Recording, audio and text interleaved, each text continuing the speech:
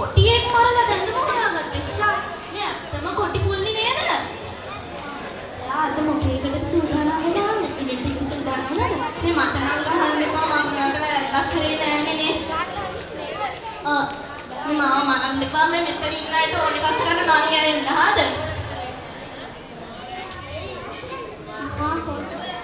ඔයගොල්ලෝ මුවා දැක්කද? මුවා පාරකට ගියාද? කොයි පාරටද? මේ පාරටද අර පාරටද? එහෙනම් ඉන්න. මාර විදිහට ඉලක්කෙටම විත්තා. අපි එහෙනම් අපේ වැද්දට